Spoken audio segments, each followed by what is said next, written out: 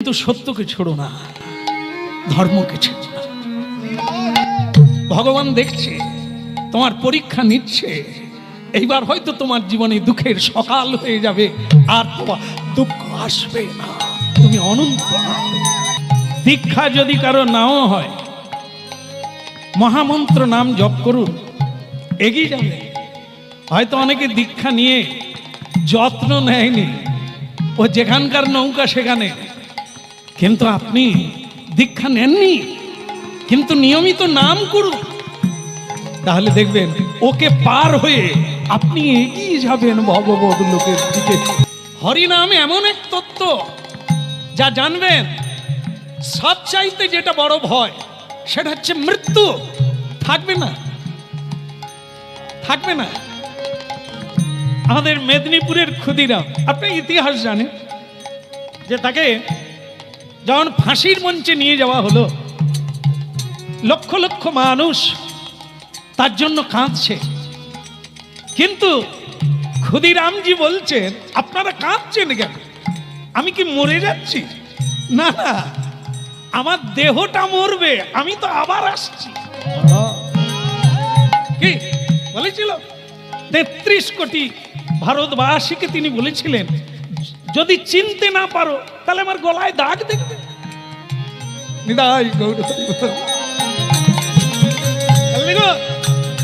যে মরবে সে হাসছে, এটা কবিরজিও বলেছিল। জব হাম पैदा हुए जग हासे हम रोए, ऐसा करे चलो कि जग कांदे जग रोए हम हासे। এ এমন এক মানব জীবন, কাজ তুমি করো, মৃত্যুকালে তুমি হাসবে, লোকে কাঁদবে। একটা মা নয়, একটা পত্নী নয়, দুটো ছেলে মেয়ে নয়, পৃথিবীর মানুষ কাঁদবে যদি তোমার জীবনটা পৃথিবীর উদ্দেশ্যে উৎসর্গিত। ভয় ভাবনা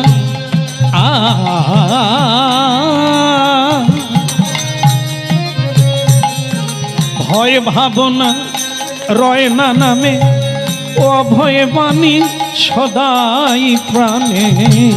ভয় ভাবনা রয় না নামে, অভয় বাণী সদা প্রাণে।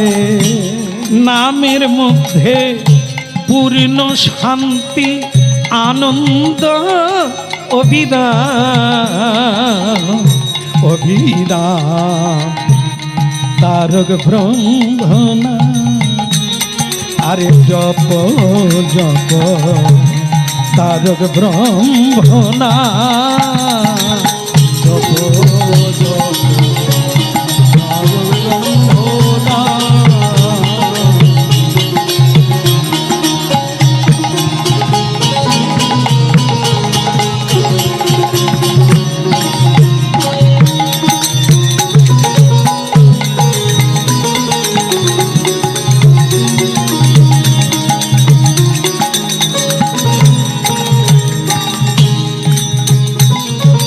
হরি বল, হরি বল। একবার বলি, হরিধ্বনি করুন, নিতাই।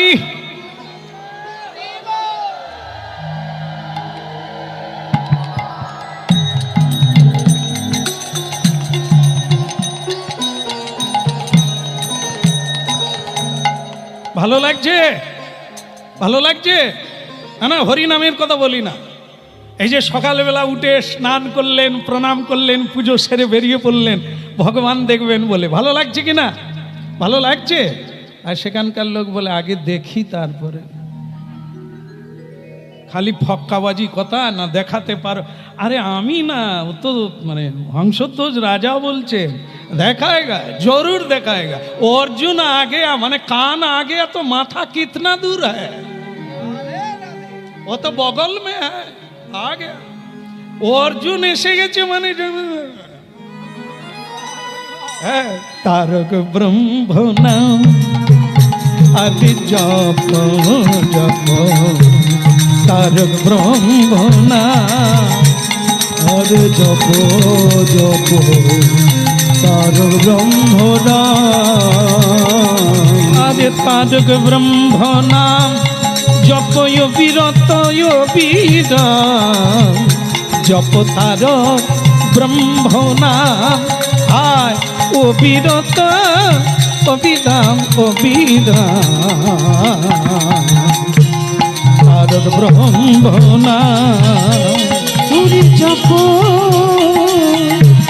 তারক ব্রহ্মনা পুরি জপ তারক ব্রহ্মনা পুরি জপ তারক ব্রহ্মনা। যাক, আপনারা খুব মনোযোগ দিয়ে শুনছেন, তার মানে ধরে রেখেছেন যে সকালবেলা আসতে বলেছেন 7টায়, প্রায় লোকে 6:30তেই একরকম জমায়েত হয়ে গেছে। কিন্তু ব্রাহ্মণ যার কথা সন্দেহ করেছিল, ওই যে চশমা, তার লক্ষ্য কিন্তু সেই গোড়ার দিকেই আছে, যে আসল লোক তো এখনো উপস্থিত হলো না। তার নাম হচ্ছে ওই রাজার ছোট ছেলে, নাম তার ভক্ত সুদন্না। সে আজকে তো মানে কি বলবো, 3:30 থেকে উঠেছে। 3:30 থেকে উঠে স্নান সেরে তিলক দিয়ে আর ভগবানের চরণে মালা দিয়ে পুজো করে বেরিয়ে মা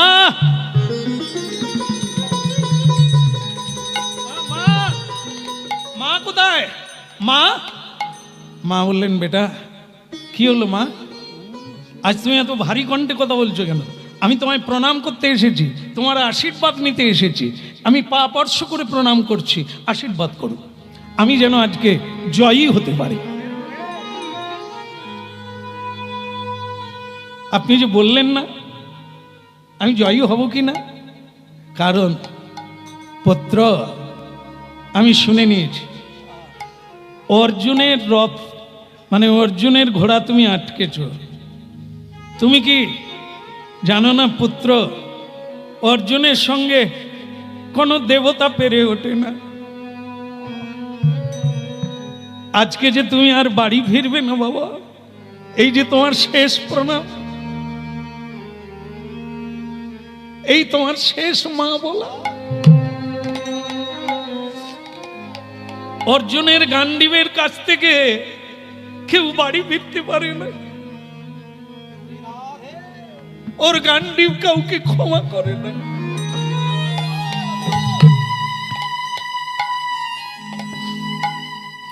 তুমি অতি সামান্য বাবা, তুমি কি করে অর্জুনের সঙ্গে পারবে? তাই আমি তোমাকে কি আশীর্বাদ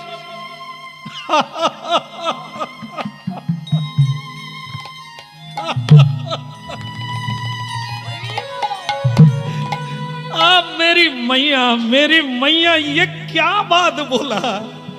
মাই তুই কি বলছো? আমি তোমার আশীর্বাদ নিতে এসেছি, ওই জন্য নয় যে আমি বাঁচবো কি মরবো।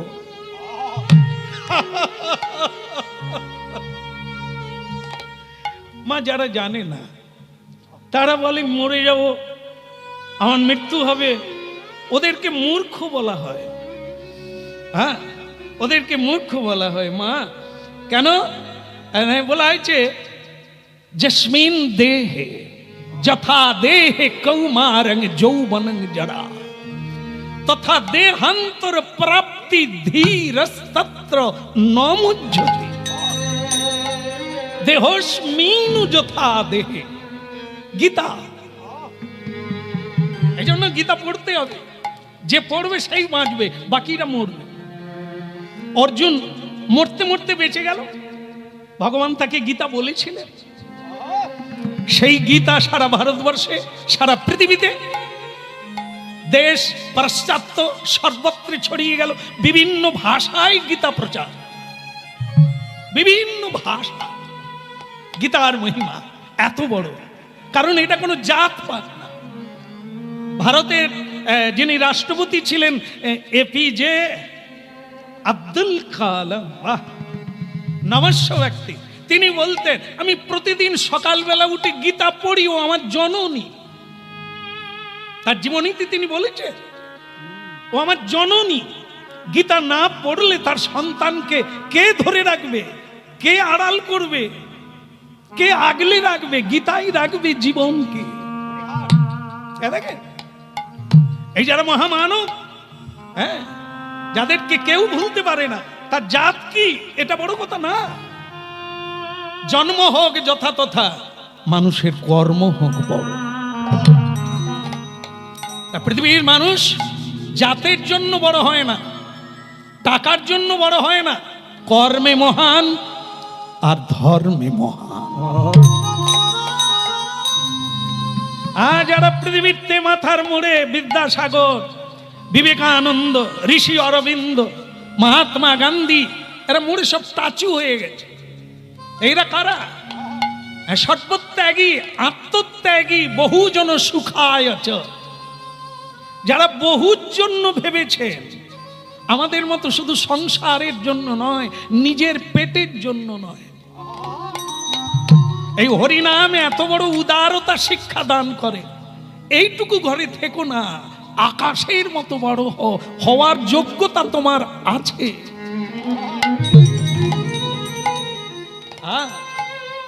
কারো তলোয়ার খোলা, কারো তলোয়ার খাপের মধ্যে।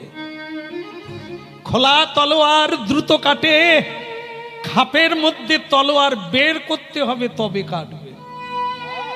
এই দেহরূপী খোল, খাপ, এর মধ্যে আমরা ঢুকে পড়ে আছি, বেরোতে হবে। এই জ্ঞানাগ্নি দ্বারা বেরোতে হবে, তবে বুঝতে পারবো আমরা কেউ সাধারণ ছাগল নয়, বাঘের বাচ্চা। সবাই ভয় পাবে, এত শক্তি তোমার মধ্যে আছে, শুধু জাগে না। এই মূর্খদের সঙ্গে থেকে থেকে আমিও বলতে শিখে গেছি, আমাদের দ্বারা কিছু হবে না।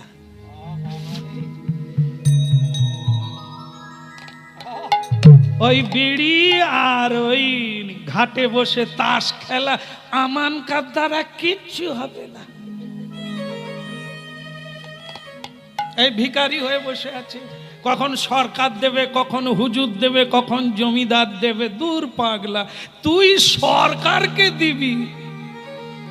একটা মানুষ কত রোজগার করতে পারে? সে 10,000 মানুষকে প্রতিদিন খাওয়াতে পারে, আর একটা মানুষ নিজের পেট চালাতে পারে না। কি তফাৎ দেখুন তো। ऐसा नहीं है। হরিনাম শুনুন, জ্বলন্ত আগুনের মতো টগবগ করবে, ঘুমাতে পারবেন না, কিছু করার ইচ্ছা জাগবে। কি না করতে পারেন নিজের তো বটে, আপনি বহুজনের জন্য কিছু করতে পারেন। ওটাকে বাঁচা মরা বলে না। অর্জুনের বাণে মরবো, ইয়ে সৌভাগ্য তো। যুদ্ধ করে মরবো, আরে আমাদের তো দেখার উদ্দেশ্য হচ্ছে কৃষ্ণকে। বাঁচা মরা না। অর্জুন যদি না মারে তাহলে কি আমরা কেউ মরবো না? কেউ মরবো না?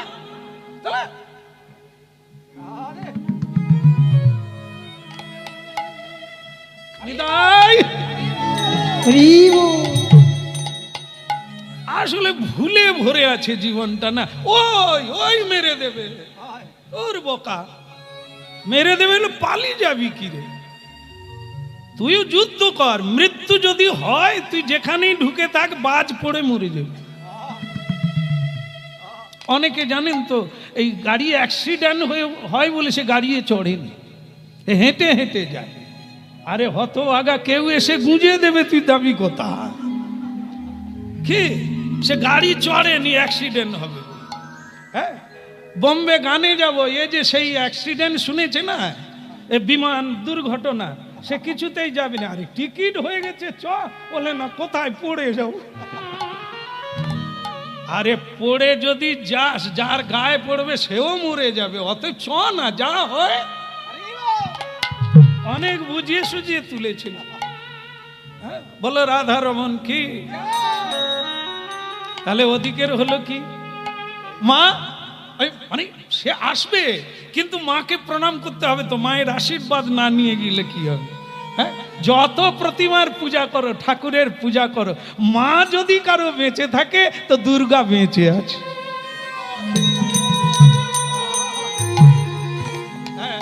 ওর পায়ে প্রণাম করো, ও যদি হাত তুলে দেয় না, এই পৃথিবী কেউ তোমাকে হারাতে পারবে না। এমন এক জিনিস। হ্যাঁ, তবে সকাল থেকে ধরতে হবে। হ্যাঁ, এই মা, মা তুমি আশীর্বাদ করো। জয় মানে মরা বাঁচার জয় নয়, জয় মানে যেটার জন্য জীবন সেটা হচ্ছে কৃষ্ণ যেন দেখতে পাই, আর কিচ্ছু চাই না। হ্যাঁ, বলো না আমারে ভুলিতে তাহারে সুধা মাকা হরি। ভুলো না আমারে ভুলিতে তাহারে সুধা মাখায়ে কৃষ্ণ নাম। বলো না,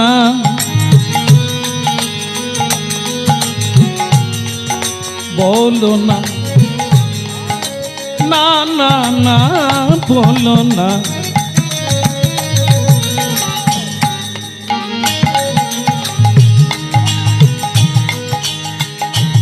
বলো না আমাদের ভুলিতে তাহারি সুধা মাখা হরি না।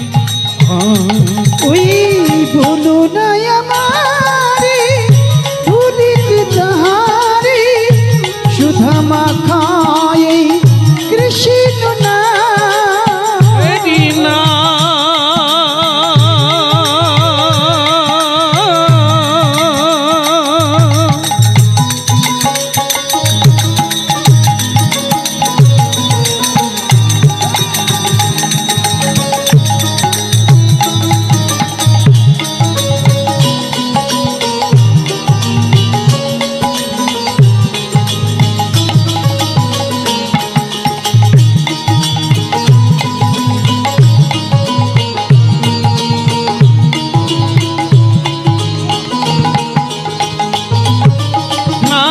বলো না, বলো না আমারে ভুলিতে তাহারে সুধা মাখা কৃষ্ণ না। হরি না, মধু মাখা কৃষ্ণ না।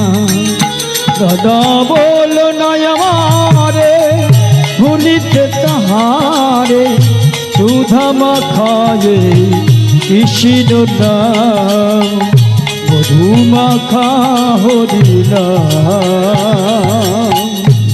নামি আর ধ্যান নামি মুরগে হরি নাম মোর ধ্যান। হরি হে হরি হরি হে নাম মোর ধ্যান নাম মোর গান। নাম সে আমার প্রাণের প্রাণ, প্রাণের প্রাণ।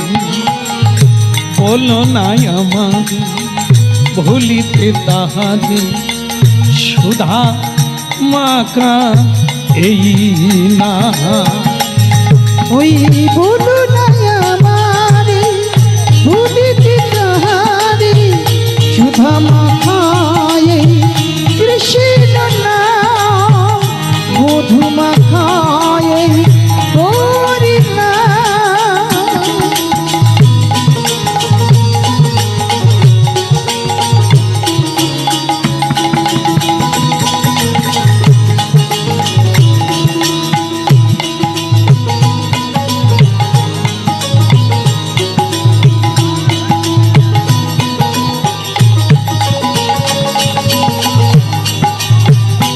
বলো না,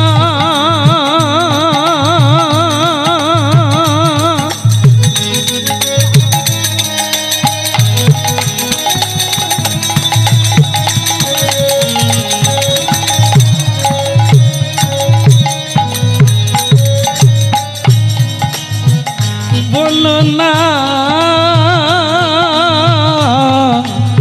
বলো না।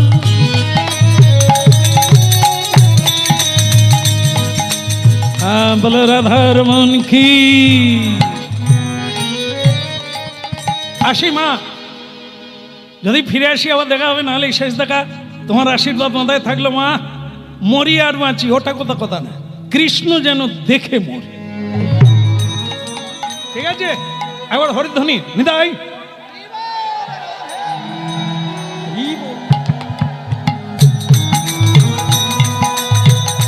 খুব কিছু হোক আর না হোক, আপনাদের এদিকে এই উলুধ্বনি আর হরিধ্বনিতে পেট ভরে যায়। খুব সুন্দর, এক দিব্য অনুভূতি জাগিয়ে দেয়। ধন্য আপনাদের চরণে, সবার চরণে প্রণাম। ভুলু নাই আমারে ভুলিতে তাহারে, সুধা মাখায় কৃষ্ণ নাম মধু মাখা। তাজাকে মা, বুঝতে পেরেছো মা, এই জীবনটা মরা বাঁচার সমস্যায় নয়, সমস্যা হলো এটাই, এতদিন বেঁচে থেকে কিছু করতে পারিনি, এই সমস্যা। কি করলাম, কি পেলাম, কি দিতে পারলাম মানুষকে, বাঁচাটাই সমস্যা হয়ে গেল। তা দেবো কি, শুধু ভিক্ষা চেয়েছি চলে গেলাম।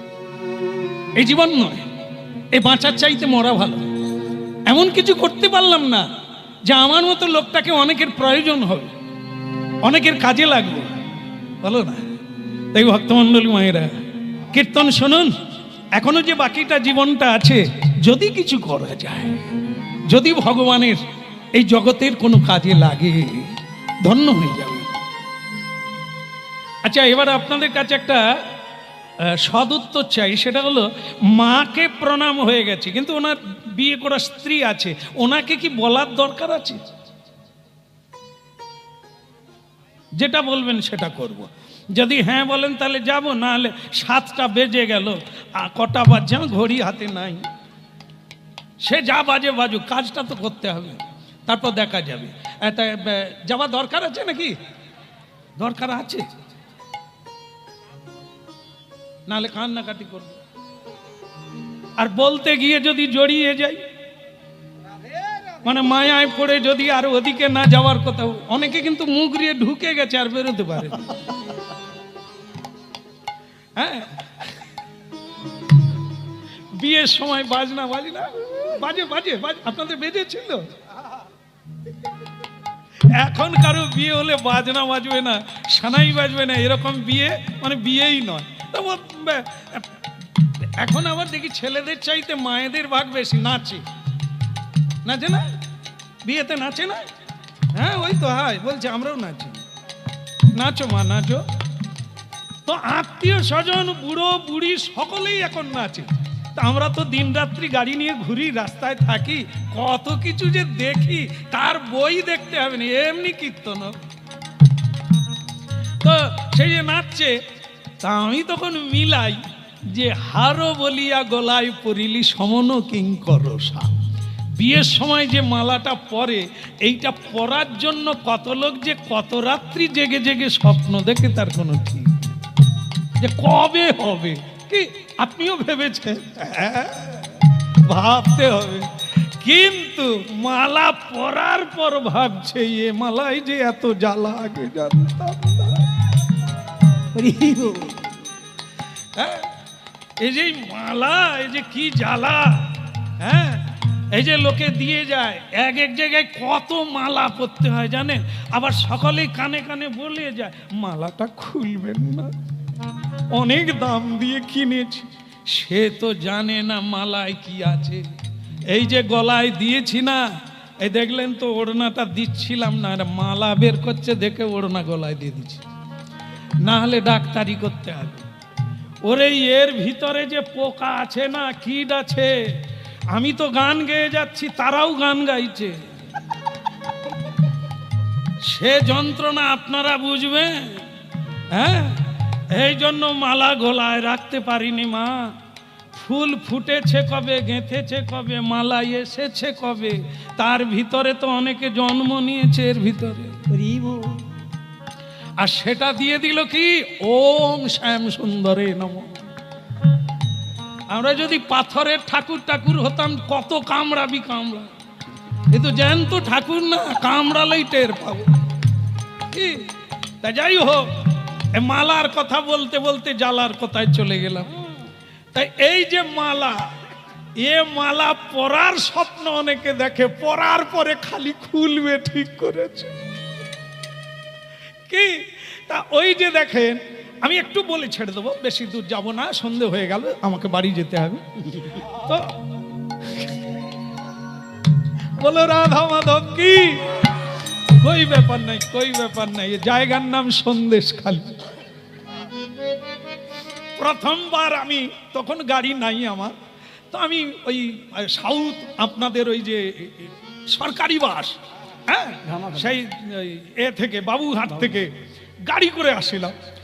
এমন এক ড্রাইভার পেয়েছিলাম, জীবনে প্রথমবার আমি সন্দেশখালী আসতেছি কি।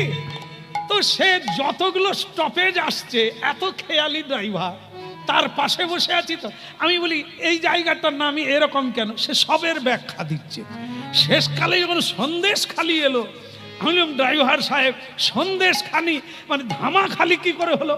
বলে ধামাখালির পরে ওপারে সন্দেশখালী, মানে ব্রিটিশ আমলে ব্রিটিশরা এখানে এসেছিল, এক ধামা সন্দেশ খেয়ে খালি করে দিল, তার নাম ধামাখালি। আমি শুনি তাজ্জব, বলে এক ধামা সন্দেশ খেয়ে খালি করে দিল, তার নাম ধামাখালি আর সন্দেশখালী। কিন্তু পরে পরে আমি জানলাম ওটা আমাদেরকে ঢপ দিয়েছে,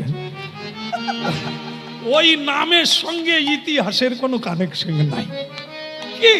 তবুও মজা পেয়েছিলাম যে ধামা মানে একটা বিরাট মানে ঝুড়ি, আর সন্দেশ খালি মানে ব্রিটিশরা সন্দেশ খেয়ে খালি করে ছেড়ে দিয়েছে, তার নাম ধামাখালি।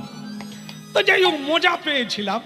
এখন আপনাদেরকে ওসব বোঝালে চলবে না, কারণ আপনারা জানেন।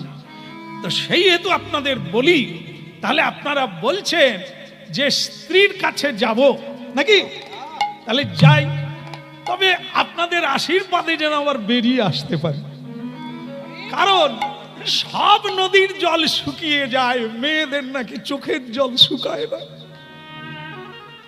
এরা সারা জীবন খালি কাঁদে, যখনই কিছু ঘটে যাবে মনে হয় নদীর চেয়েও এদের চোখে জল বেশি আছে, খালি কাঁদে।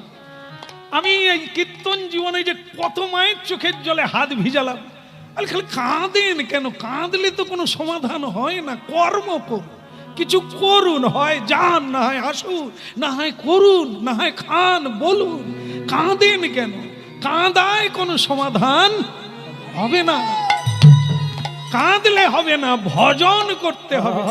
কেমন বলো? রাধারমন কি জয় হো। কীর্তন হচ্ছে জানেন তো, একবারে শেষের দিকে পৌঁছে গেছে, সকলে চলে গেল। এই যেরকম মায়েরা যে এই যে আসনটা নিয়ে আসছেন, যাওয়ার সময় নিয়ে যাবেন না রেখে যাবেন? আমার মনে হয় নিয়ে যাবেন।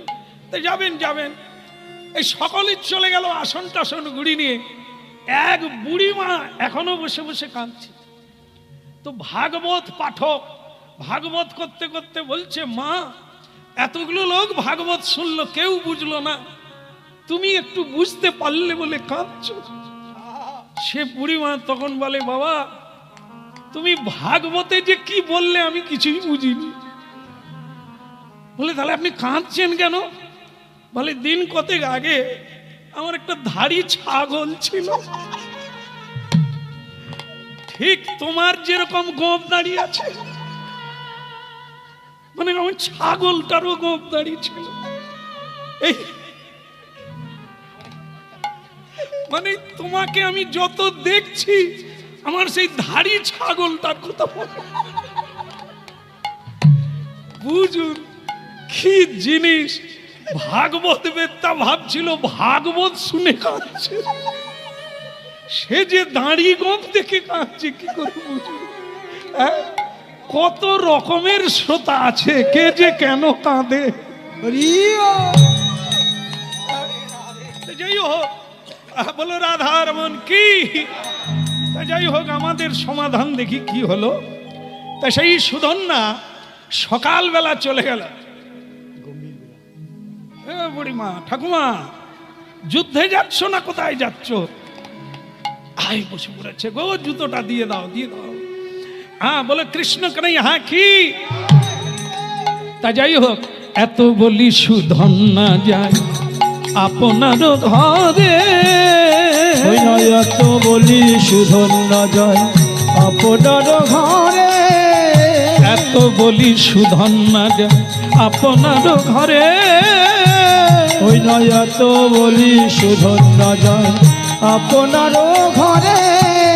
প্রভাবতী প্রভাবতী বলে বাদে বাদে, প্রভাবতী প্রভাবতী বলে বারে বারে, বলে প্রভাবতী প্রভাবতী বলে বাদে বাদে, প্রভাবতী প্রভাবতী বলে বারে বারে। এত বলি সুধন না যায় আপনার ঘরে, এত বলি সুধন না যায় আপনার ঘরে, ওরে আপনার ঘরেতে যায় আপনার ঘরে, ওই নয় আপনার ঘরেতে যায় আপনার ঘরে, ও সেই আপনার ঘরেতে যায় আপনার ঘরে, ওই নয় আপনার ঘরেতে যায় আপনার ঘরে। ওই প্রভাবতী প্রভাবতী বলে বাদে বাদে, প্রভাবতী প্রভাবতী বলে বারে বারে। বলে गिरधारी लाल की।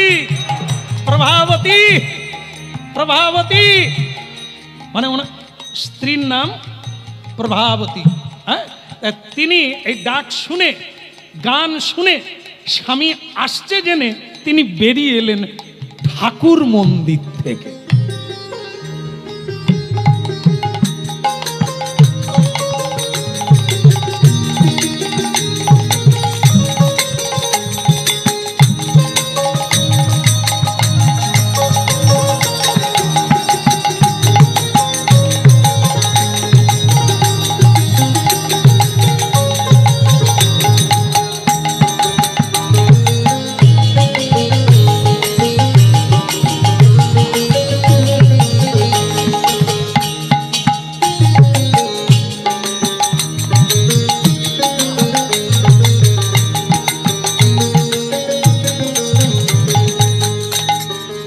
আমি মেয়েদের মতো চলতে পেরেছি? যদি মেয়ে হতাম আরো কত দেখাতাম। মাগো কৃপা করুন মাগো, খুব ভালো লাগে আপনাদের চরণে আসতে। হ্যাঁ, বিধাতা আপনাদের এমন সৃষ্টি করেছেন, পৃথিবীর কে না আকর্ষিত হয় আপনাদের কাছে।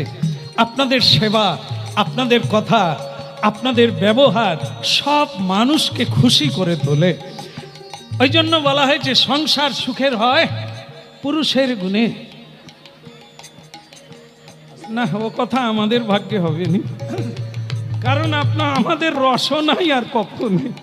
যাই হোক, তবে মা, কিছু কিছু বাড়িতে পত্নী নাই যেন পেতনি আছে, রাম রাম ডাক ছাড়ে। পুরুষরা হোটেলে খেয়ে নেয়, বাড়িতে খায়নি, বলে অ্যাসিড চলছে, কারণ এরা খেতে দিয়ে দাঁত খিচায়। ওই জন্য তবে আমি সেই মায়েদের বলি, তাদের ভিতরেও মধু আছে গো। শুধু হনুমানের খিচুনিটা বাদ দিলে ভেতর থেকে প্রেম বেরিয়ে আসবে। আমি আপনাদের একটা দেখাবো না, ছেড়ে দেবো। না না, আর তো হয়তো আসবো না, দেখিয়েই যাই। রেখে কেন যাব, দিয়েই যাই। এখন তো দেখবেন সব পরিযায়ী শ্রমিক, মানে দেশ ছেড়ে বিদেশে বহু লোক কাজ করে। তো আমাদের সব দেশের মানুষ কিছু না কিছু বিদেশে আছে, কাজ করে। তো বিয়ে করে তার স্ত্রীকে রেখে স্বামী বাইরে চলে গেছে, গেলে কি হবে? আচ্ছা দিয়ে দেবো, দেবো মা, মা গো দিয়ে দাও, যা। হ্যাঁ, এই না দিলে ভিড়ে আবার আমি পাবো না। ঠিক আছে ঠিক আছে, যেই যতটুকু হয় গো মা, এই করেই তো বেঁচে আছি গো।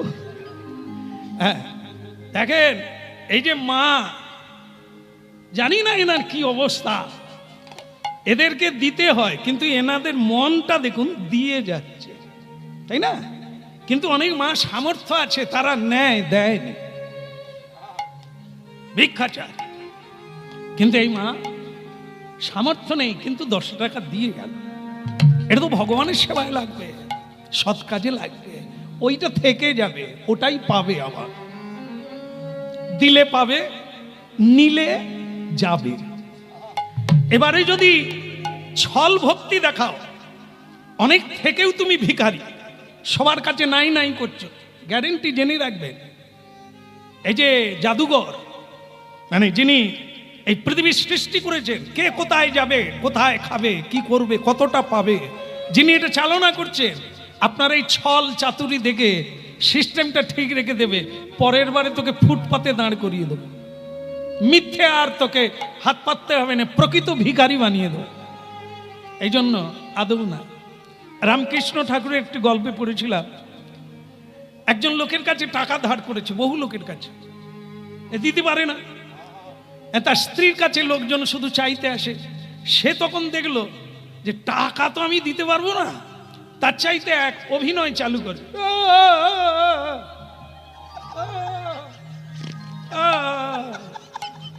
পাবনাদাররা এসে বলে, হায় গো লোকটা পাগল হয়ে গেছে গো।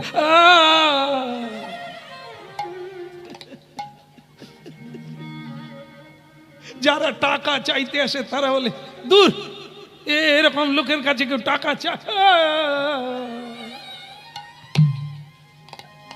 কিরকম ধান্দা দেখুন। তো তার স্ত্রী ধরতে পারে না যে তার স্বামী টাকা মানে গণেশ উল্টাবে বলে এরকম করছে, শুধু জানে না, সে জানে স্বামী বোধহয় কোথায় ধুতরা ফল টল খেয়ে ফেলেছে, পাতাকে কেউ খাইয়ে দিয়েছে। তো সে তখন একবার নিয়ে রামকৃষ্ণ ঠাকুরের কাছে, তখন রামকৃষ্ণ ঠাকুর ছিলেন, পরমাংশদেবের কাছে গেছে, বলে, বাবা আমার স্বামীটা হঠাৎ কিরকম হয়ে গেল, আমার পাগল হয়ে গেল, তো বাবা একটু, আপনি তো অনেকের অনেক কিছু করেন, একটু করে দেবেন। তা সে পাগলাটা কোথায়? বলে, হায় নদীর ধারে বসে আছে। ও ধরিলে, তা যেই এসেছে, তার স্ত্রী বলে, তুমি এখানে ঠাকুরের কাছে প্রণাম করো, ইনি তোমাকে ভালো করে দেবে। এসে প্রণাম করলো না। তো তখন রামকৃষ্ণ ঠাকুর বলছে, মা তুই একটু বাইরের দিকে যা, তো তুই যা। তো তার স্ত্রী চলে গেল, সরে গেল, আর তখনই ঠাকুর দরজাটা বন্ধ করে দিয়েছে। সে তখন বলে, দরজা বন্ধ করলে কেন? বলে, কিরে তোরে কোথা গেল? বলে, আপনি দরজা বন্ধ করলেন কেন? বলে, এই অরিজিনালে ফিরে আয়, তুই এখনো কোথায় আসছিস জানিস নি, তুই যদি করিস না পরের বারে হয়ে যাবে। ঠকাবি কেন? ঠকে যাবি যে তুই, এই অভিনয় করতে করতে অভিনেতা হয়ে যাবি, কেউ বিশ্বাস করবে না। মানুষের কাছে অরিজিনালে থাক, অভিনয় করিস নি, ছল চাতুরি করিস নি, যেমন কর্ম তেমন ফল, যেমন চাইবি যেমন করবি সেটাও হয়ে যাবে। বল, ঠাকুর আমি যে অনেক দেনা করে করেছিস, মানুষের কাছে কাঁদবি, হাতে পায়ে ধরে সময় চাই, আর টাকা ধার নিলি কেন? মানুষ ভগবান শক্তি দিয়েছে বহুজনকে খাওয়াতে পারে, তা তুই কি অলস হয়ে গেছিস? নেশা ভাঙ খাস, সময়কে নষ্ট করিস, তাই তোকে ঋণ করতে হয়, ধার দেনা করতে হয়। তাই এটা করে ধার শোধ করতে হবে না, পরের বারে কুকুর হয়ে জন্ম নি। বললে, ঠাকুর তাহলে আমি ওই ছেড়ে দে, কাল থেকে রিক্সা চালা, সবজি বিক্রি কর। আরে লোক কাজের লোক পায় না, অল্প হলেও রোজগার কর, রোজগার করতে করতে একদিন তোর ঋণ শোধ হয়ে যাবে। পরিশ্রম কর, ভালো মানুষের মতো বাঁচ। তো সে পাগল ভালো হয়েছিল, ঠাকুরকে কথা দিয়েছিল, আমি আর করব না। হ্যাঁ, তাহলে দেখুন, এই আমাদের অভিনয় যেটুকু, ছল চাতুর যেটুকু, ওইটুকু কিন্তু ও বসে যাবে, স্বভাবে বসে যাবে না। দুঃখে মরো, হ্যাঁ কেঁদে মরো, কিন্তু সত্যকে ছোড়ো না, ধর্মকে ছেড়ো না।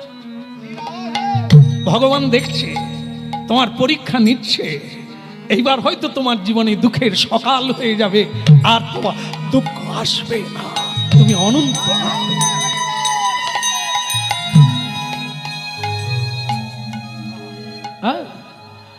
তাই যাই হোক ভক্তমণ্ডলী মায়েরা, যে কথা বলতে বলতে চলে গেলাম সেটা হচ্ছে কি, বেরিয়ে এলেন প্রভাবতী, স্বামীর ললাটে তিলক দিয়ে দিলেন, তুলসী মন্দিরের মাটি লাগিয়ে দিলেন। স্বামী বলে, প্রভাবতী তুমি জানো আজ আমি কোথায় যাব? তোমার কাছে অনুমতি নিতে এসেছি। আমি জানি তুমি যুদ্ধে যাচ্ছ, তার জন্য তোমার কোনো দুঃখ নেই। না, আমার কোনো দুঃখ নেই। আর আমি এটাও জানি এই যে তুমি আজকে যাচ্ছ, এ জীবনে তুমি আর ফিরবে না। কারণ যার সঙ্গে যুদ্ধ হবে সেই যুদ্ধে কেউ কোনোদিন বাড়ি ফিরতে পারেনি, তা তুমিও ফিরবে না আমি জানি। আর তার জন্য তো কোনো অনুশোচনা নেই। না না, কি অনুশোচনা? তুমি যেখানে যাচ্ছ আমার গর্ব। মানুষকে তো মরতেই একদিন হবে, কিন্তু তুমি কোথায় যাচ্ছ? গোবিন্দের কাছে যাচ্ছ। তো তোমাকে এগিয়ে দেওয়া আমার কাজ, পিছিয়ে টেনে ধরা আমার কাজ। রাধা কৃষ্ণ প্রাণমোহ যুগল কিশোর, রাধা কৃষ্ণ প্রাণমোর যুগল কিশোর, রাধা কৃষ্ণ প্রাণমোহ যুগল কিশোর, ওই রাধা কৃষ্ণ প্রাণমোর যুগল কিশোর। আলে জীবনে মরণিয়া, জীবনে মরণিয়া, আর গতি নাহি মোর যুগল কিশোর, রাধা কৃষ্ণ প্রাণমোহ যুগল কিশোর। ওই রাধা কৃষ্ণ প্রাণমোর যুগল কিশোর। কালিন্দির কুলে গেলি কদম বেহের, ওই না কালিন্দির কুলে কেলি কদমেরিব, ওই কালিন্দির কুলে গেলি কদম বেরোব, ওই কালিন্দির কুলে কেলি কদমেরিব। আবার রতন সিংহাসনে বসাবো দুইজন যুগল কিশোর, রাধা কৃষ্ণ প্রাণমোহ যুগল কিশোর। ওই রাধা কৃষ্ণ প্রাণমোর যুগল কিশোর।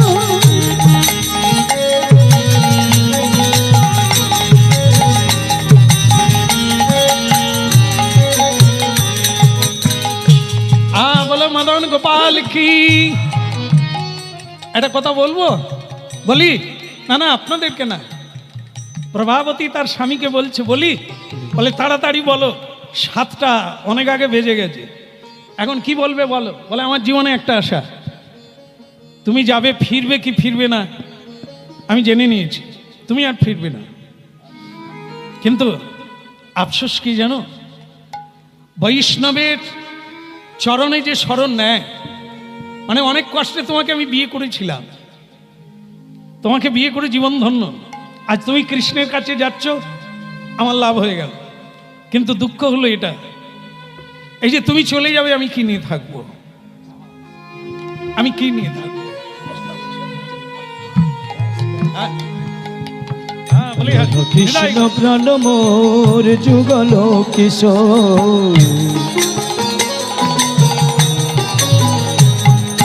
রাধা কৃষ্ণ প্রাণমোর যুগল কিশোর। জীবনে মরণিয়া,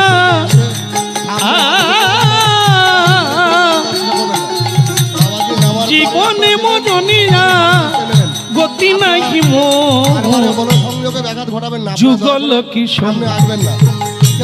ওই না জীবনে মরণে আর, জীবনে মরণে আর গতি নাহি মোর, গতি নাহি মোর। রাধা কৃষ্ণ প্রাণমোর যুগল কিশোর।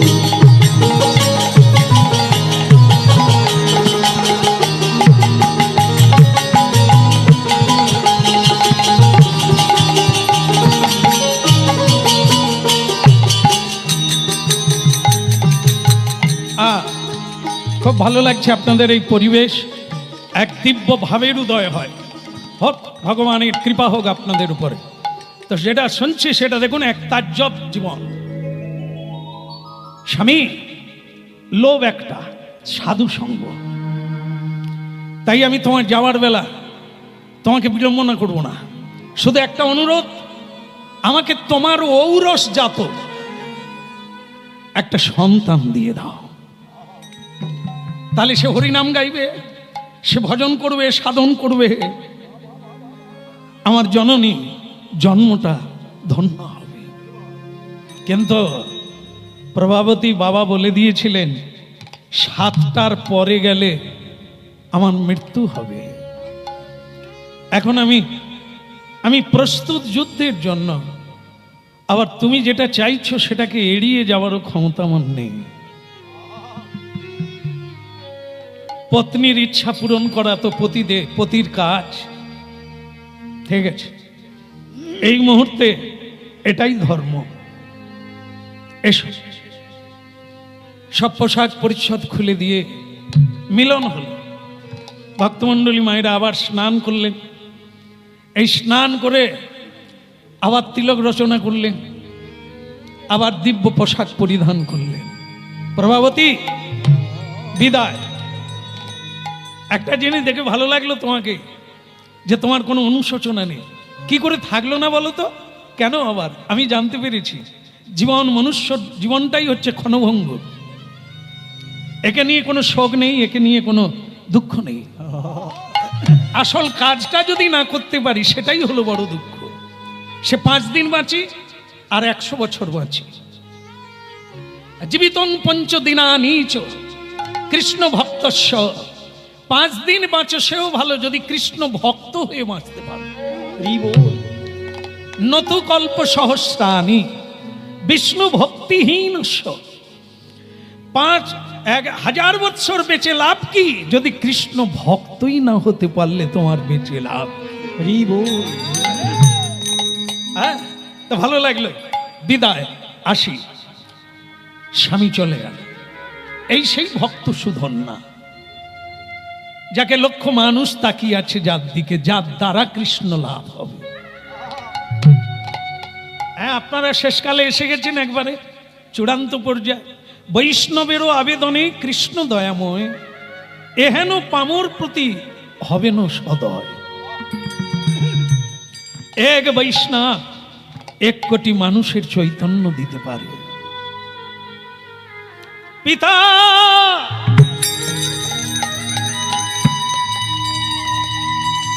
অনেকক্ষণ হলো, সেই লোক কিন্তু বাড়ায়নি। কে বলেন তো? চশমা বেরিয়ে পড়েছে, টাইম হয়ে গেছে, টাইম হয়ে গেছে। না, কীর্তনের টাইম। সে ঠাকুমা বলে, কটা বাজছে, এখনই কি কীর্তন বন্ধ? না, কীর্তনের কোনা তেলে পড়ার কথা। ও ভুলে গেলে হবে না ঠাকুমা, দেরি হলে পড়তে হবে।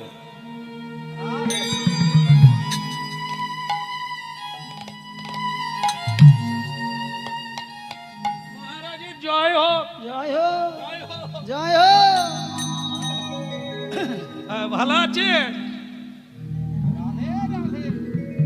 রাজা বলে, এই এক বিপদ, এই যে মাঝে মাঝে উদয় হয় কি করে আমি বুঝতে পারি।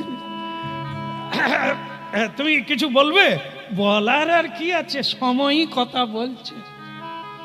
আপনি বলে রেখেছিলেন না যে ওই 7টা 5 হয়ে গেলে বরফে পড়তে হবে। বরফে হলে ভালো হতো মনে হয়, না তেলে পড়ে মরতে হবে। তা মহারাজ এখন কটা বাজে? 7টা 35। তাহলে মহারাজ আপনি যদি বলেন তাহলে আমি তেলে জ্বালানি দেওয়া চালু করি। মানে তার ওই সুধন্যার উপর হিংসা। কেন বলুন তো? সেও ব্রাহ্মণ, 2-4টা বেদ পাঠটা তো করেছে, আর এও সুধন্যা, হরিনাম করে, কিন্তু ব্রাহ্মণের চাইতে ওকে বেশি লোকে সম্মান করে। তো ব্রাহ্মণের হিংসা হবে না যে আমিও তো বেদ পাঠ করি, লক্ষ্মী পূজা, সরস্বতী পূজা তো করি আমি, কিন্তু আমাকে লোকে প্রণাম করেনি, খালি সুধন্যাকে প্রণাম করে, তাকে দক্ষিণা দিয়ে গেল। তাই জন্য সে দেখলো এ যদি তেলে পুড়ে মরে যায় তাহলে আমার বাজার বেড়ে যায়, এরকম হিংসা আর কি। তো সে ব্রাহ্মণ বলছে তাহলে মহারাজ আপনি যদি অনুমতি দেন তাহলে আমি তেলে জ্বালানি দিই।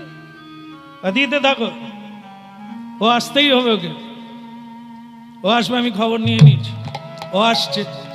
তেলে জ্বালানি দেন, গরম যেন হয়ে যায় ওর আস্তে আস্তে, জ্বালানি দেন। জ্বালানি দেওয়া শুরু হলো। ভক্তমণ্ডলী মায়েরা, শ্যাম গরি অঙ্গে দেব চন্দনের গন্ধ, শ্যাম গৌরী অঙ্গে দেব চন্দনের গন্ধ,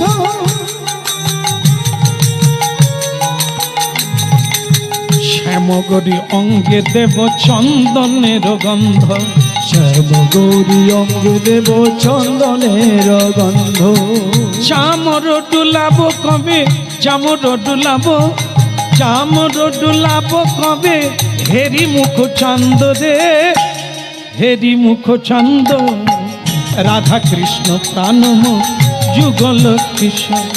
রাধা কৃষ্ণ প্রাণময় যুগল কিশোর,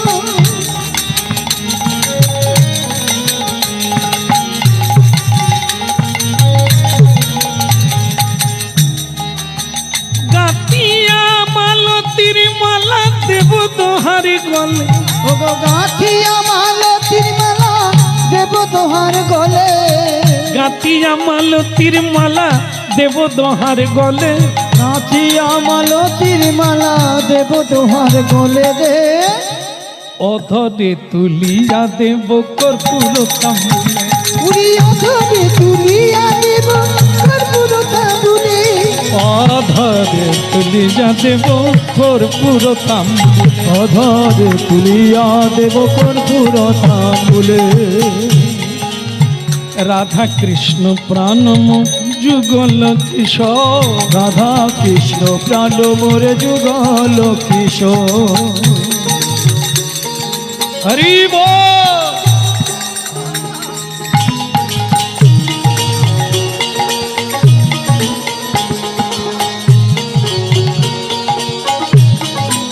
হরি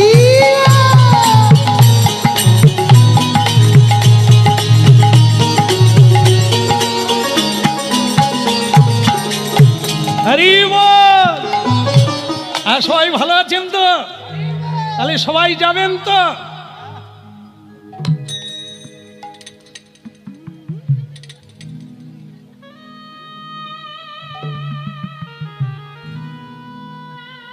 তা সুধন না, এসে গেছো এটা ঠিক, কিন্তু সময় কত?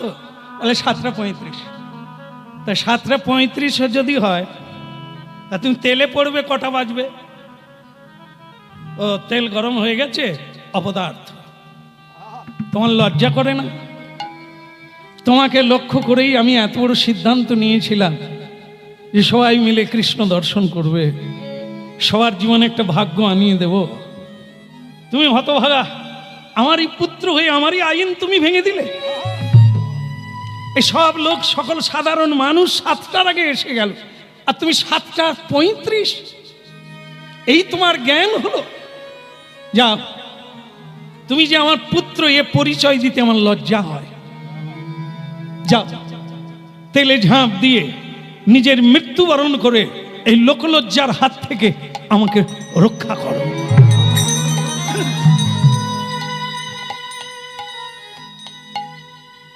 পিতা, কোনো আফসোস নেই, একটাই আফসোস শুধু যে আমি তো তেলে পড়ে মরে যাব, তো কৃষ্ণ দর্শন আর হলো না।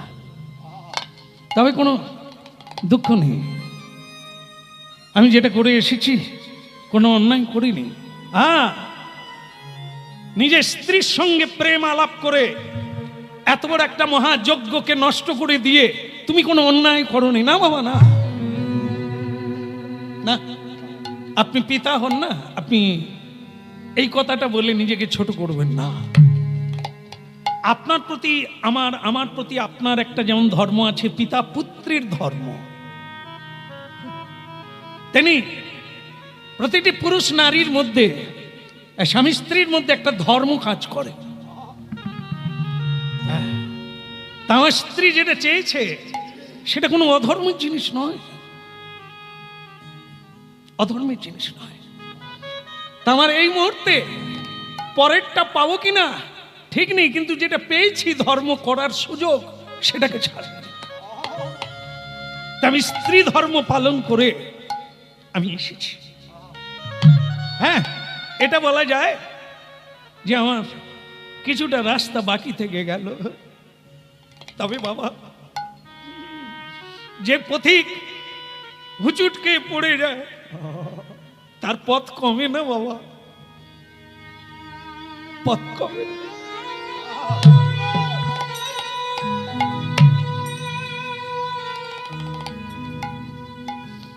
ও যেইখানে পড়ে আবার উঠে চলে,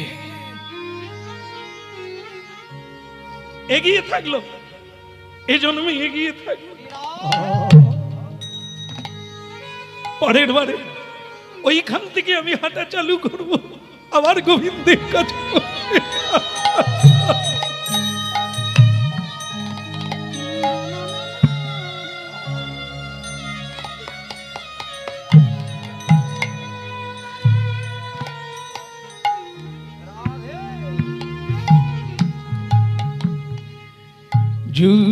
জুড়াইতে চাই কোথায় জুড়াই,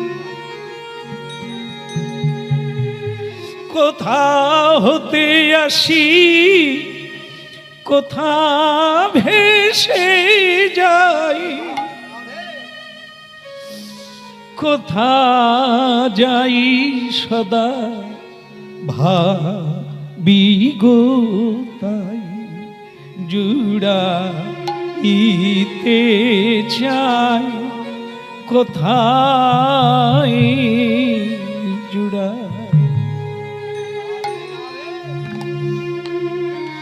বারে বারে আসি কত হাসি কাঁদি,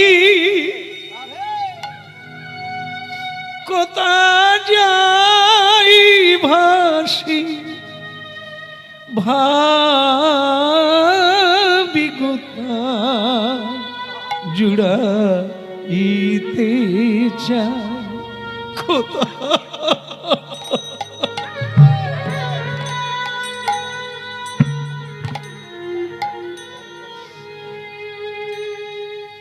কি হলো, কাঁদছো তুমি? ছি, তোমার চোখে জল মানায় না গো। এত বড় সুযোগ পেয়ে কেউ কাঁদে? কে? আমি প্রভাবতী। ও তুমি? আমি জানি তুমি দেরি করবে, কেন দেরি করছো আমি বুঝি না। যাও তেলে ঝাঁপ দাও,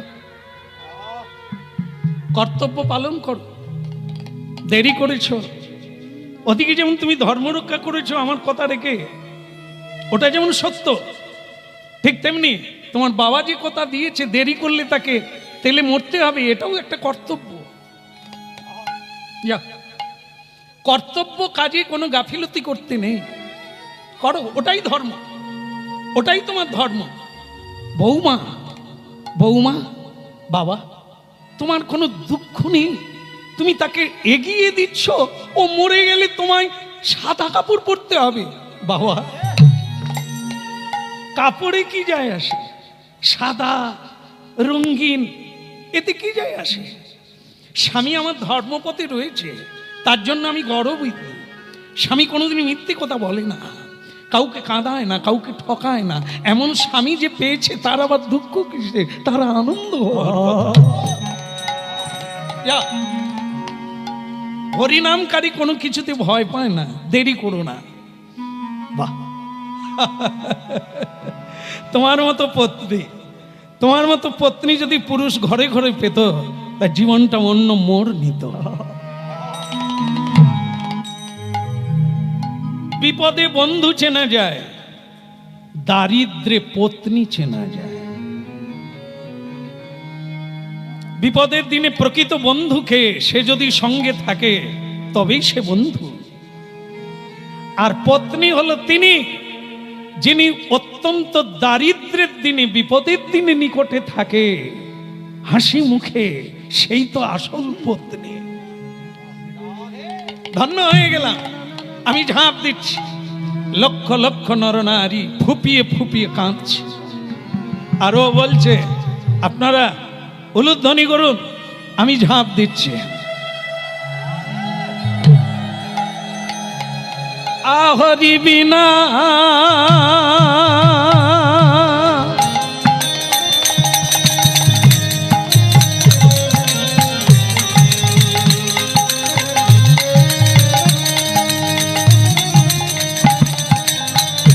হরি বিনা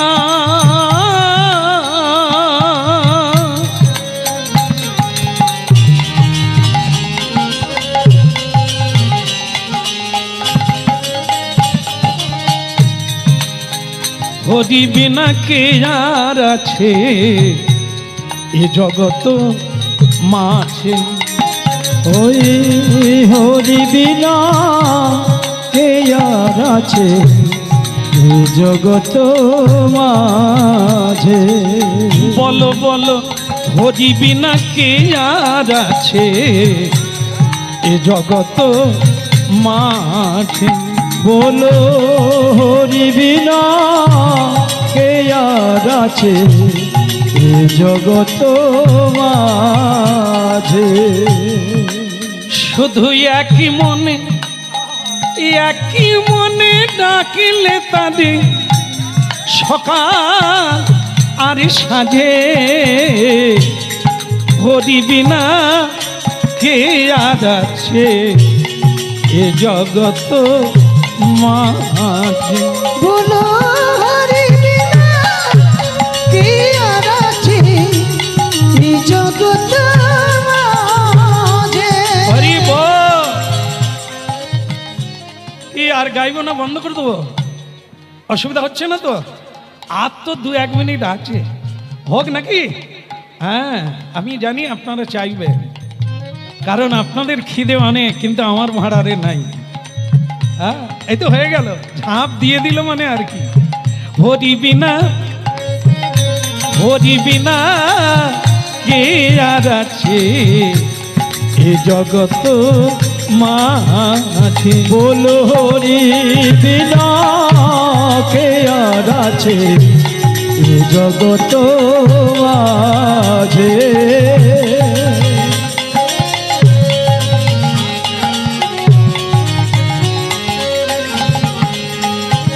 হরি বল।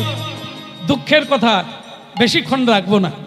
সেটা হলো কি, তেলের কড়াইয়ে ঝাঁপ দিয়ে দিলেন, হাহাকার পড়ে গেল, চারিদিকে ধুঁয়ো ভরে গেল, আর হাহাকার পড়ে মরে গেল, পুড়ে গেল, ছাই হয়ে গেল গো। এমন কৃষ্ণ ভক্ত পুড়ে ছাই হয়ে গেল। আমাদের জীবনের দুর্ভাগ্য নেমে এলো, সৎ মানুষ চলে গেল। আপনাদেরকে আমি অনুরোধ করব, আপনারা বিহ্বল হবেন না, আপনারা চঞ্চল হবেন না। উনি মরেন না। বৌমা, তুমি কি পাগল হয়ে গেলে? দাউ দাউ করে জ্বলে উঠলো, তেলের কড়াইয়ে পড়ে গেল, আর সে বেঁচে আছে? বেঁচে আছে, কারণ কৃষ্ণ ভক্ত কোনোদিন মরে না, উনি মরেন না। আপনার যে এত হরিনাম গাইছে, বিশ্বাস নেই আপনাদের পুনর্জন্ম নবিদ্যতে? যারা ভগবানের দাস হয়, যারা ভগবানের প্রিয় পরিকর হয়, ভগবান তাদের রক্ষা করে, ভগবান তাদের রাখেন হৃদয়ে। হ্যাঁ, হৃদয়ং মধ্যং হৃদয়ত্তহম। তো সুতরাং ভগবানের হৃদয়ে যে থাকে, আগুন লাগবে কি করে তার ঘরে? আরে বাবা, সত্যযুগে প্রহ্লাদ মহারাজকে আগুনে ফেলে দেওয়া হয়েছিল, সে কি পুড়ে মরেছিল? সে যদি না মরে, তাহলে আজ মরবে কি করে? মরে না। বলে এর পরেও বলবে বৌমা তুমি মরে না? বল না, একটু দেরি করো, ও বেরোবে। কিছুক্ষণ পরে দেখে সেই কড়াইয়ের উপরে বসে এখনো হরিনাম গাইছে। হরি বিনা কে যাচ্ছে, দাই গৌর হরিব।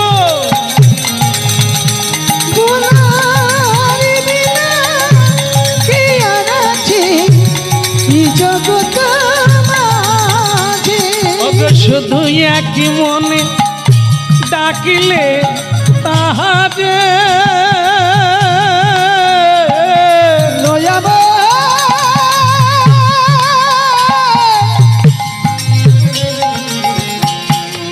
কৃপা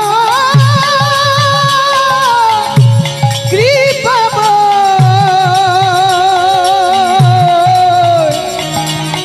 ও গো দয়া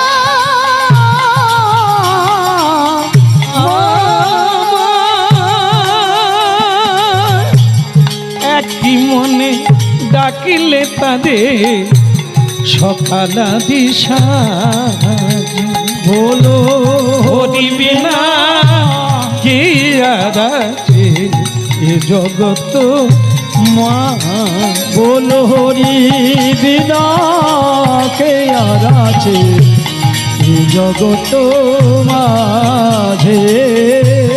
ভক্তমণ্ডলী মায়েরা, একটা আশ্চর্য খবর, সে তেলের উপরে বসে হরিনাম গাইছে, নিতাই গৌর হরি। ভালো লাগছে? ভালো লাগছে? মানে বেঁচে আছে বলে।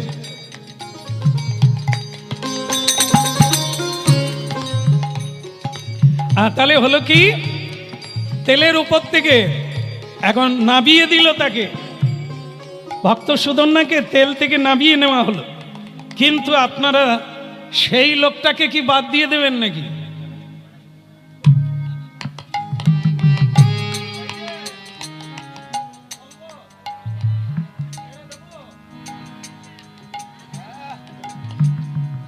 আপনারা কিসের জন্য পয়সা দিচ্ছেন? আমি বেঁচে গেছি বলে? আসলে তেল গরম হয়নি,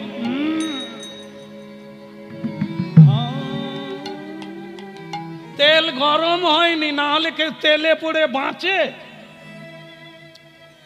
অনেক লোকে ওই দলেরও লোক আছে বলে হ্যাঁ হলেও হতে পারে, না হলে বাঁচলো কি করে।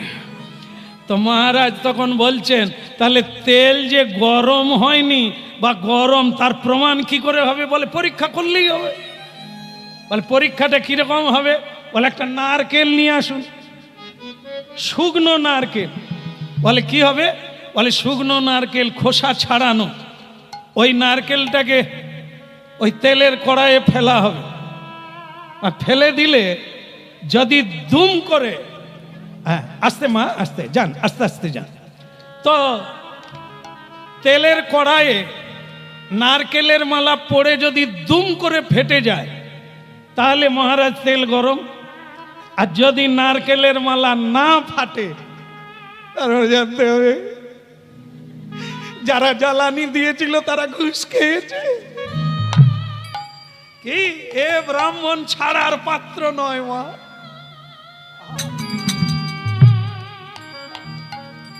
পয়সা দিয়ে ঘুষ দিয়ে ভাবছে তেল গরম হয়ে যাবে। হ্যাঁ, তেল ঠান্ডা, এই জন্য মরে না সুদেশ না। এ সুধন্যা, তুমি যখন তেলের উপর বসেছিলে তোমাকে কোনো তাপ লেগেছিল না? বল তাহলে। তো মহারাজ তখন বলে বিতর্কে যাওয়ার দরকার নেই, আপনি নারকেল নেন আর ফেলা। বলে আপনাদের কোনো লোক থাকে আসুন না। এই যে ওদের মা আসছে মনে হয়। না না, এ মা পারবে না। মানে সকলে ভয়ে পিছিয়ে যাচ্ছে, যে দিতে যাবে নারকেলের মালা ফাটলে সে আর থাকবে, এই জন্য কেউ যাচ্ছে না। সকলেই তখন বলছে যে বলছে তেল ঠান্ডা সেই যাক। ব্রাহ্মণ ভাবলো এবারই বোধহয় শেষ যাত্রা, চশমা থাকবে আমি আর থাকবো। যাক, আমি যদি চলে যাই চশমাটা আপনারা রাখবেন। এখন সেই ব্রাহ্মণ এইবার নারকেলের মালা নিয়ে যাইতেছে।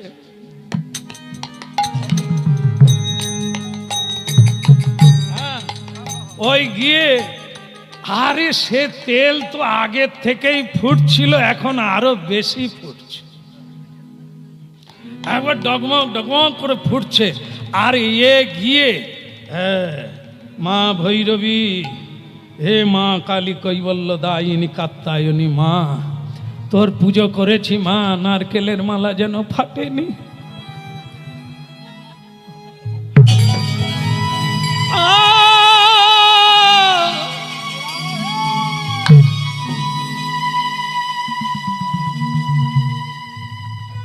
নিয়তির ইচ্ছা, কর্মের ফল, মালা ফেটে গেল, তেল ছিটকে ব্রাহ্মণের দুই চোখ অন্ধ হয়ে গেল।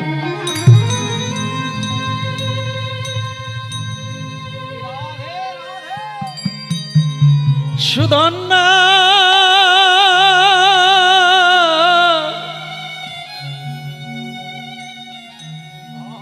সুধন্যা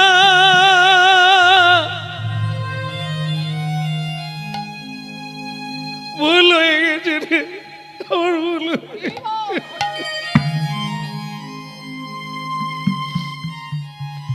তোকে ছোট করতে গিয়ে আমি আজ পৃথিবী অন্ধকার দেখছি রে।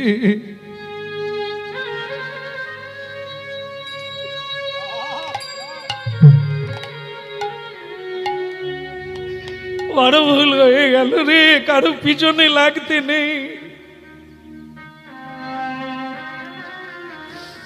কাউকে হিংসে করতে নেই রে, কাউকে হিংসে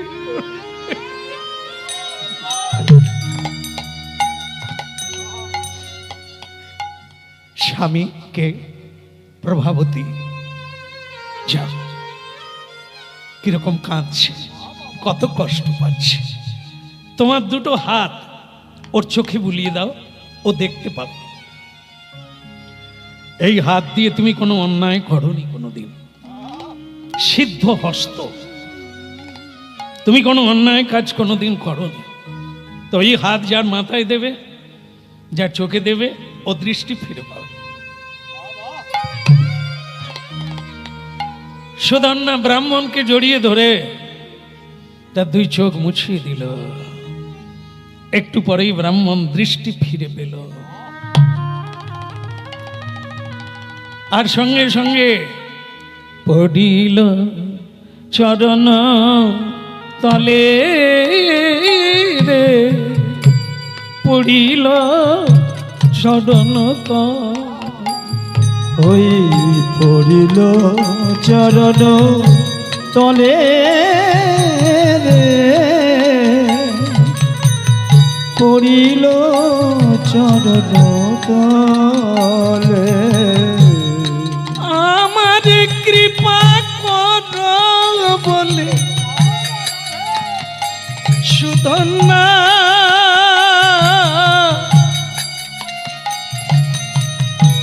সুধন্যা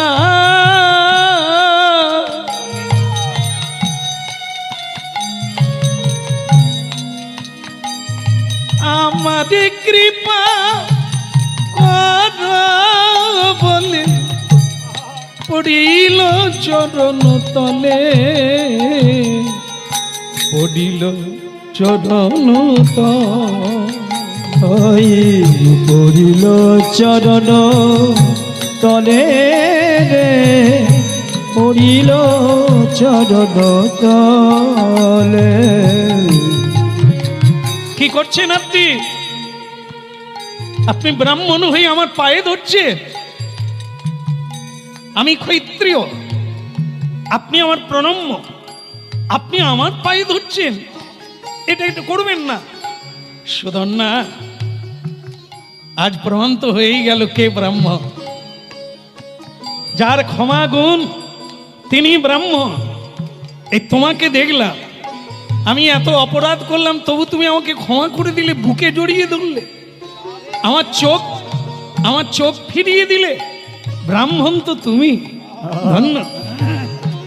দেখো, জাত ব্রাহ্মণ হয় না, ব্রাহ্মণ তিনি যার মধ্যে ব্রাহ্মণের গুণ দেখা যায়, তিনি ব্রাহ্মণ। তা তুমি ধন্য সুধন্যা। আজ থেকে আমি হিংসা ভুলে গেলাম, আজ থেকে আমিও হরিনাম গাইব, কারো পিছনে লাগবো না, কারুকে আমি হিংসা করব না। চরণ তলে রে, পড়িল চরণ তলে।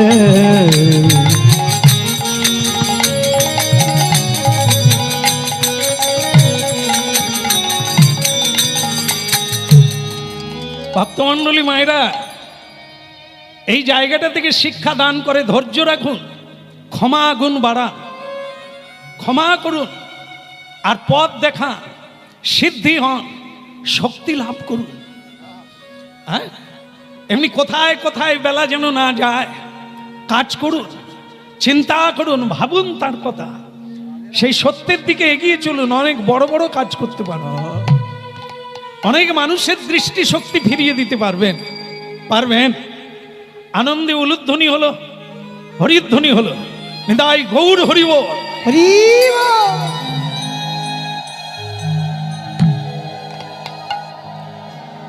তাহলে এই দেখো, মানুষের উল্লাস দেখো, মানুষের আনন্দ দেখো।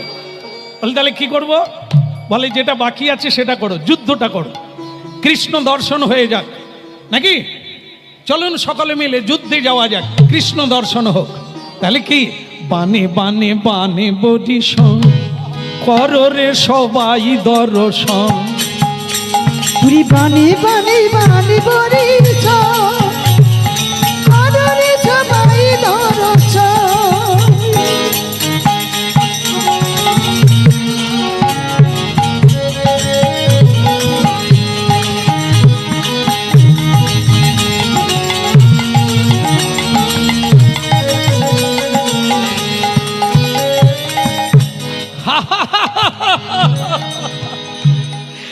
অর্জুনের রথে বান মারল সুধন্যা, তার রথ জীবনে যেটা হয় না সেটাই হয়ে গেল, পিছন দিকে রথ চলে গেল। যেটা আজ পর্যন্ত কোনোদিন হয় না। অর্জুনের রথ সামনের দিকে চলে, পিছনে যায় না। কিন্তু সুধন্যা আজকে এমন একটা বান মারল, অর্জুনের রথ পিছন দিকে গেল। মনে করলো এটা তো বিপদ, এটা তো ভয়ঙ্কর বিপদ। ভগবান বলেছিল বিপদে পড়লে আমাকে ডাকবে, তাহলে এর চাইতে বড় বিপদ আর কোথায়? প্রভু এই বিপদে এসো, ওগো এসো প্রভু,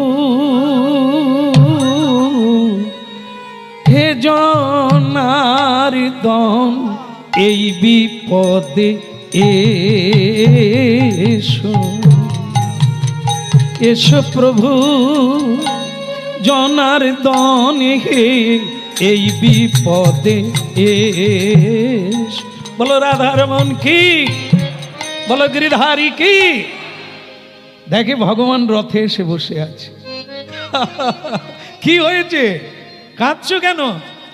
বলে প্রভু এত অল্প ডাকলাম আর আপনি চলে এলেন। বলে হ্যাঁ চলে এলাম।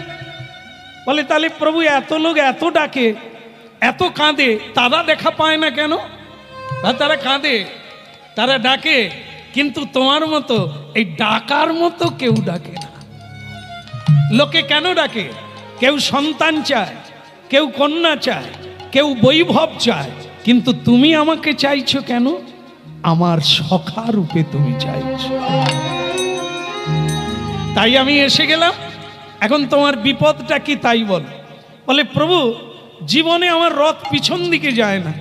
আজকে ওই ছেলেটা, ওই যে সুধন্যা না নাম কি, ওর জন্য আমার রথ পিছনে চলে গেল।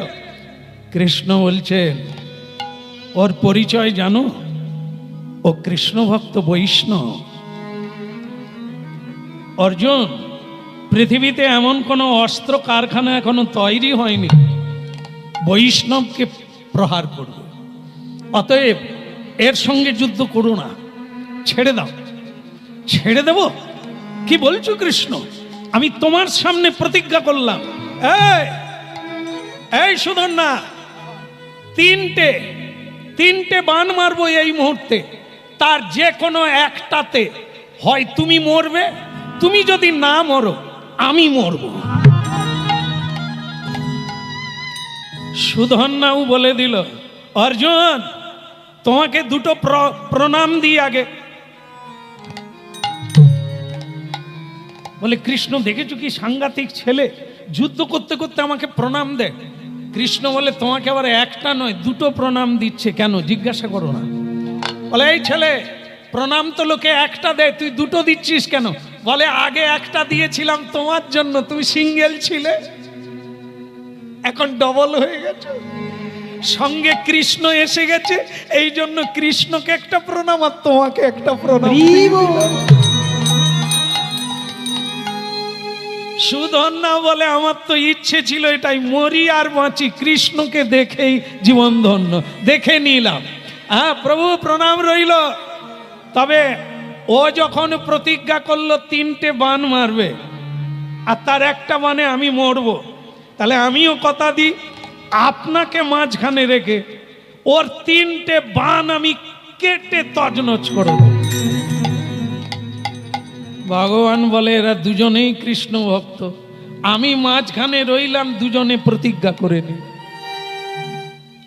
এই যে আমি কি জ্বালায় পড়ছি, কাকে রক্ষা করব কাকে মারবো আমি খুঁজে পাইনি। তবে ভগবান যেহেতু সব জ্বালা তো তাকেই নিতে হবে। এখন বলুন তো, সে বলছে বাণ কাটবো, এ বলছে মারবো, ভগবান কার কথা রাখবেন? শেষকালে ভগবান একটা যুক্তিতে এলো, আপনারাও এই যুক্তিটা গ্রহণ করতে পারেন। কি বলুন তো, একটা সাপ ব্যাঙের পিছনে দৌড়াচ্ছে, ব্যাঙ জানেন তো? না না, স্টেট ব্যাঙ না, ওই যে লাফানো ব্যাঙ, হ্যাঁ নদীর ধারে আছেন আপনারা। তা যাই হোক, সেই ব্যাঙ ধরতে যাচ্ছে সাপ, আস্তে আস্তে আস্তে সাপ ধরতে যাচ্ছে ব্যাঙকে। ব্যাঙ তখন ভগবানকে বলছে, প্রভু আমি বাঁচতে চাই, সাপ আমাকে ধরতে আসছে, আপনি আমাকে রক্ষা করুন। সাপ বলে, প্রভু আমার খিদে লেগেছে, ব্যাঙটা যেন না পালাতে পারে, আমি যেন ধরতে পারি। কি করবে ভগবান? ব্যাঙও সাপকে ভগবানকে জানালো, সাপও ভগবানকে জানালো। ভগবান তখন কি করলো, নেবে এসে দুজনের কানে কানে 2টো মন্ত্র দিল। সাপকে বলল, ছাড়বি তো মরবি, ছাড়বি তো মরবি, মনে রাখবি। আর ব্যাঙকে গিয়ে কানে কানে বলল, তুই নড়বি তো মরবি। এবার তোরা কি করবি কর, দুইজনকে বাঁচার রাস্তা দিয়ে দিলাম, এবার তোরাই ঠিক কর কি করবি। সাপ তখন বলে, প্রভু আপনার কৃপা এখনই ধরলাম বলে। বাস কিছুক্ষণ দৌড়াদৌড়ির পরে সাপ তার কাজ করে নিল, সর্পটি ব্যাঙকে গিয়ে খপাক করে ধরে নিল। আর যেই সাপ ব্যাঙকে ধরেছে, ব্যাঙ সঙ্গে সঙ্গে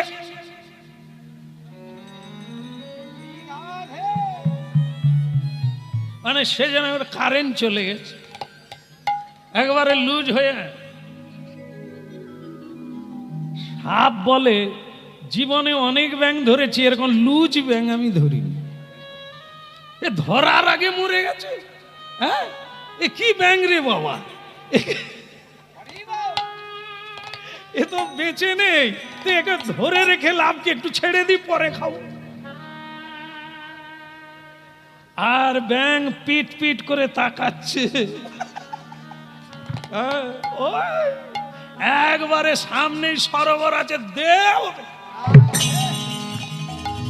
লাভ দিয়ে গিয়ে সরোবরে পড়ে গেছে। সাপ বলে, হাই বেঁচে আছে, আরে এই সর্বনাশ, হে ভগবান এ তুমি কি করলে? আমি তোমাকে কতবার জানালাম যে ব্যাঙটা আমার জরুরি খাবার, আমি খিদে বেঁচে আছি, খেতে পাচ্ছি না, আপনি ব্যাঙটাকে তাড়িয়ে দিলেন। ভগবান আবার এসে গেল, এসে বল, তোকে আমি কি বলেছিলাম, কি বলেছিলাম? ধরবি তো ছাড়বি না। বলে, প্রভু আমি এই কারণে ছেড়ে দিয়েছি, আমি মনে করেছি ও মরে গেছে। তুই যদি মনে করবি তো আমাকে ডাকবি কেন? আমি যে উপদেশটা দিলাম তুই পালন করলি? না পারিনি। বলে, তাহলে আমি কি করবো এখন, বুঝতে কি? আর ব্যাঙ তাকে বলেছি নড়বি তো মরবি, সে একবারে পেশার দুর্বল, বাস সাপ জানে মরে গেছে, বাস সে তার কাজ করেছে ভগবানের উপদেশ। তাহলে কি হলো এখানেও তাই? এই অর্জুন বলছে 3টে বাণে মারবো, সুধন্যা বলছে 3টে বাণী কাটবো। প্রথম বাণ,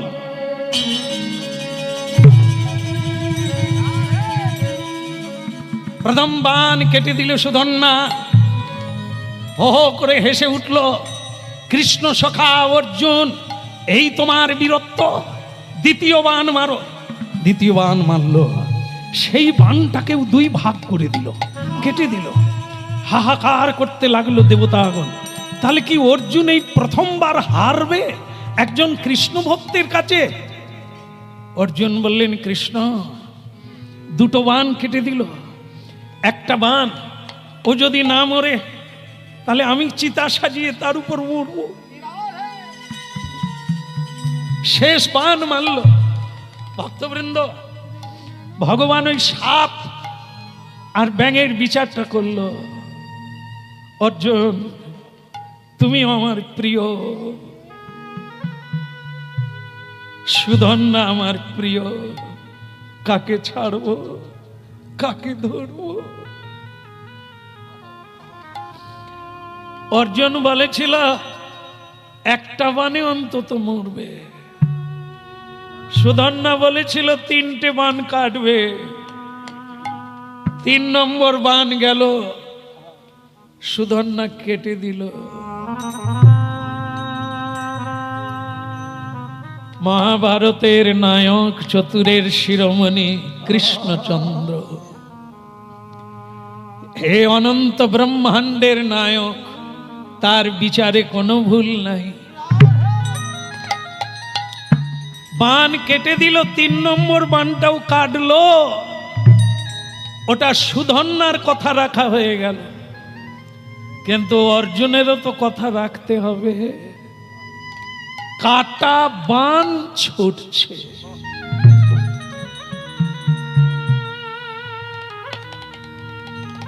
অর্ধেক বাণ ওই ফলার দিকটা, ধারালো দিকটা যাচ্ছে।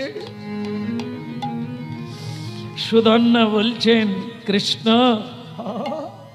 আমি বাড়িতে বলে এসেছি, আর ফিরব না। তোমাকে দেখতে দেখতে অন্তে কৃষ্ণ,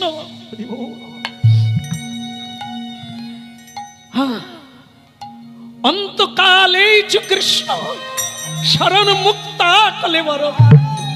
তোমাকে যে দেখতে দেখতে তোমার নাম গাইতে গাইতে মরে যায়, সে পরবর্তীকালে তোমার কাছেই ফিরে কৃষ্ণ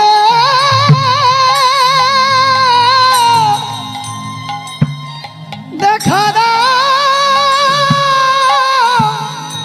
কৃষ্ণ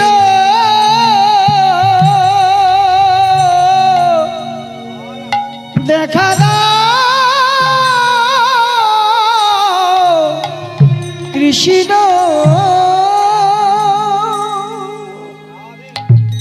ভক্ত সুধীগণ, ভক্ত সুধন্যা,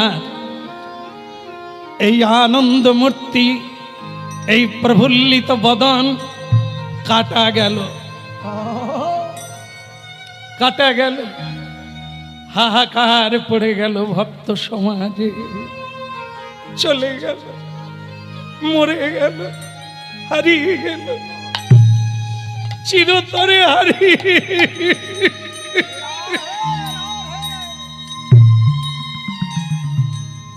কে দিয়েছে ঠাকুর তোমার ভক্ত সখা না? বলো কে দিয়েছে ঠাকুর তোমার ভক্ত সখানা? অগ পাষাণে হতে পাষাণ তুমি,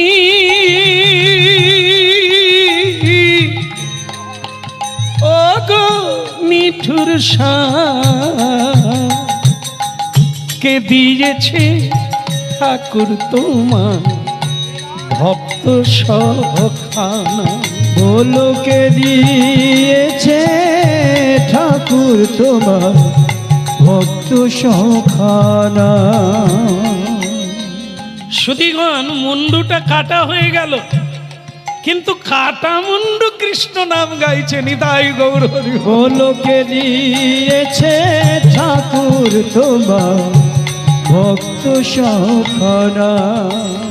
ওইটা ওইটা গড়তে গড়তে মাটিতে গড়তে গড়তে নাম গাইতে গাইতে, হ্যাঁ, লীলা পুরুষোত্তম অনন্ত ব্রহ্মাণ্ডের মালিক স্বয়ং দেবকী নন্দন বাসুদেবের চরণার বৃন্দে গিয়ে ঠেকে গেল। ভগবান মুন্ডুটা কোলে নিলেন, তুলে নিলেন, হাতে নিয়ে বলছে, সুদন্না কষ্ট হচ্ছে বাবা, আমার প্রতি রাগ হচ্ছে না প্রভু, এই যে তোমার কৃপায় আমি নাম গাইছি, আমার দেহ নাই, আমি যে এখনো নাম গাইছি, আমি যে এখনো তোমাকে দেখতে পাচ্ছি, এর চাইতে পরম সৌভাগ্যের বিষয় আছে। ভক্ত সখা নাম কে দিয়েছে ঠাকুর তোমার ভক্ত সখরা। বলে তাহলে আজ থেকে তুমি চির অমর হয়ে থাকবে। গরুর এই কাটা মুন্ডটা এলাহাবাদে ফেলে দিয়ে আসো, ত্রিবেণী সঙ্গম। ওদিকে ভোলানাথ বলছেন, ওই মুন্ডুটা এনে দাও, আমি মালায় রেখে দেব। তো সেই মুন্ডুটা গরুরের কাছ থেকে চেয়ে নিয়ে নন্দীভিঙ্গি কৈলাসে নিয়ে গেল। ভোলানাথ সেটি দিয়ে মালা গাঁথল। সেই মালা কিন্তু আজও আপনাদের মধ্যে আছে। যারা সেই মালা জপ করেন, যেটাকে মেরু বলা হয়, ওই মালাটাই হচ্ছে সুধন্যার মাথা।